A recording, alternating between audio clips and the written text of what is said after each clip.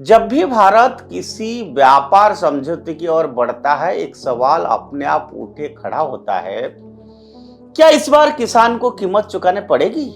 Bharat America interim trade deal के दस्तावेज को शोर शराबे से नहीं बल्कि ठंडे दिमाग से पढ़ना जरूरी है। और जब ऐसा किया जाता है तो तस्वीर साफ दिखती है। मोदी सरकार ने खेती पर एक सख्त लक्षण रेखा खींची है। साथ ही यह समझौता केवल बचाव की नीति नहीं है, भारत से इन ढांचे की इस्तेमाल अपने उत्पादों के लिए अमेरिकी बाजार में बेहतर पहुंच सुनिश्चित करने के लिए किया गया है।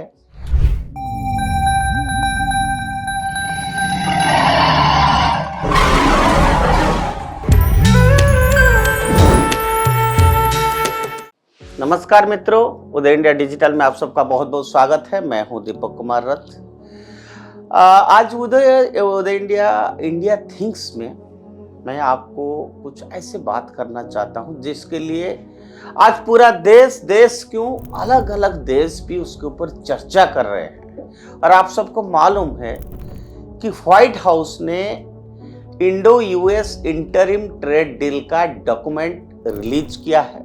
उसका की फीचर्स पर विस्तृत चर्चा तो हम अपने अगले हफ्ते के मैगजीन में करेंगे ही, लेकिन आज हम इस मसौदे के एक मूलभूत चीज पर डिस्कशन करेंगे कि क्या है, क्योंकि उस मुद्दे पर पिछले कुछ दिनों से काफी हल्ला मचा हुआ है। सरकार में भी, अपोजिशन में भी अलग अलग पक्ष अपना बात रख रहे हैं, क्या नुकसान है, क्या दफा है, क्या है, नहीं है। जब भी भारत किसी व्यापार समझौते की ओर बढ़ता है, एक सवाल अपने आप उठे खड़ा होता है, क्या इस बार किसान को कीमत चुकाने पड़ेगी? यह आशंका यूं ही नहीं है। भारत में खेती सिर्फ रोजगार नहीं बल्कि करोड़ों परिवार की जिंदगी है। और यही वजह है कि व्हाइट हाउस द्वारा Bharat America interim trade deal के दस्तावेज को शोर शराबे से नहीं बल्कि ठंडे दिमाग से पढ़ना जरूरी है।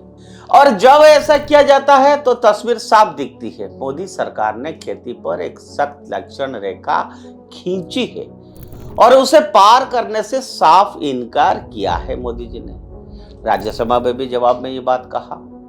इस अंतरिम समझौते में भारत के सबसे संवेदनशील एग्रीकल्चर सेक्टर पर कोई रियासत नहीं देगी। Grains, fruits, vegetables, spices, oil seeds, dairy, poultry, meat, ये जैसे सेक्टर है जो सीधे देश के अन्नदाताओं की लाइवलीहुड से जुड़े हैं, पूरी तरह से सुरक्षित रखे गए हैं।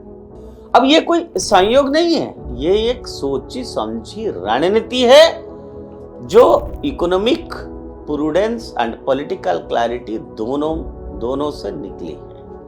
हर व्यापार समझौता लेने देने का खेल होता है, लेकिन हर चीज सौदाबाजी से नहीं होती। मोदी सरकार का रुख शुरू से ही स्पष्ट रहा है, जहां इंडियन प्रोडक्ट्स competitive, वहां no hesitation in opening of markets, but there will be no compromise on sectors related to rural livelihoods and food security। यही सोच इस अंतरिम समझौते में झलकती है। अमेरिकी पक्ष व्यापार बढ़ाने की बात करता है, लेकिन भारत पर अपनी कृषि बाजार खोलने का दबाव बनाने की नाकाम रहा है।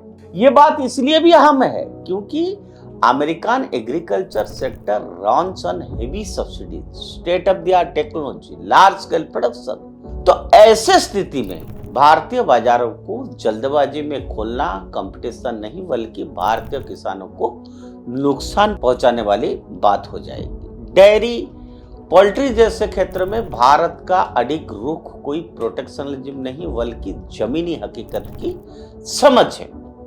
साथ ही यह समझौता केवल बचाव की नीति नहीं है, भारत से इन ढांचे की इस्तेमाल अपने उत्पादों के लिए अमेरिकी बाजार में बेहतर पहुंच सुनिश्चित करने के लिए किया गया है।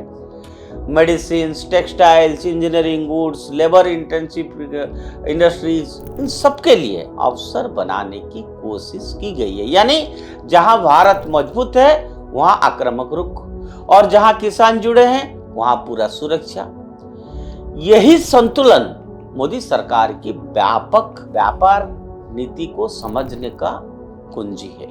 पहले के दौर की तरह जल्दबाजी में समझौते करने और बाद में सफाई देने की बजाय अब कदम दर कदम आगे बढ़े जा रहे हैं। अंतरिम समझौता दोनों देश को समय देता है विश्वास बनाने का, मतभेद सुलझाने का और बिना किसी स्थायी बंधन के रास्ता तलाशने का। खेती जैसे संवेदनशील क्षेत्र में या क्षेत्र के लिए यह तरीका जरूरी भी था।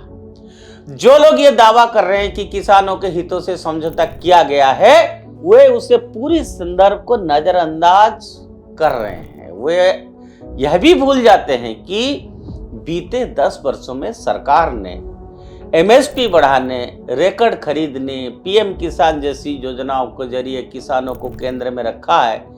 ऐसे सरकार से ये उम्मीद करना कि वो चुपचाप किसानों को व्यापारिक सौदे में कुर्बान कर देगी, तथ्य और तर्क दोनों से परे है। व्हाइट हाउस का दस्तावेज खुद इस बात की सच्चाई की पुष्टि करता है। इसमें व्यापार बढ़ाने की मंशा जरूर है, लेकिन भारत की सीमाओं और संवेदनशीलता को स्वीकार किया गया है। ना कोई नाटकीय तारीफ कटौती, ना कृषि बाजार का अचानक खुलना और न ही भारत की नियामक स्वतंत्रता से समझौता। आखिरकार व्यापार नीति का पैमाना भाषण नहीं, परिणाम होते हैं और यहाँ परिणाम साफ है। भारत ने अन्नदाताओं की ढाल मजबूत रखी है, जबकि बाकी अर्थव्यवस्था के लिए नए रास्ता खोले हैं। ये समझौता नहीं, समझदारी कहा जाएगा इसको। और आज के वैश्विक व्यापार माहौल में किसानों को केंद्र में रखकर किया गया यह संतुलन अपने आप में एक बड़ी उपलब्धि है। तो हम समझते हैं कि जो स्टेप्स लिए हैं सरकार, लंबी सोच है और हम आशा करते हैं कि उसमें किसान ही नहीं, हर वर्ग की लोगों को, भारतीयों को, व्यापारियों को उससे फायदा मिलेगा और उसमें जो सुधार की जरूरत होगा वो समय से किए जाएगा। आज के लिए इतना। जय हिंद, जय किसान, जय भारत।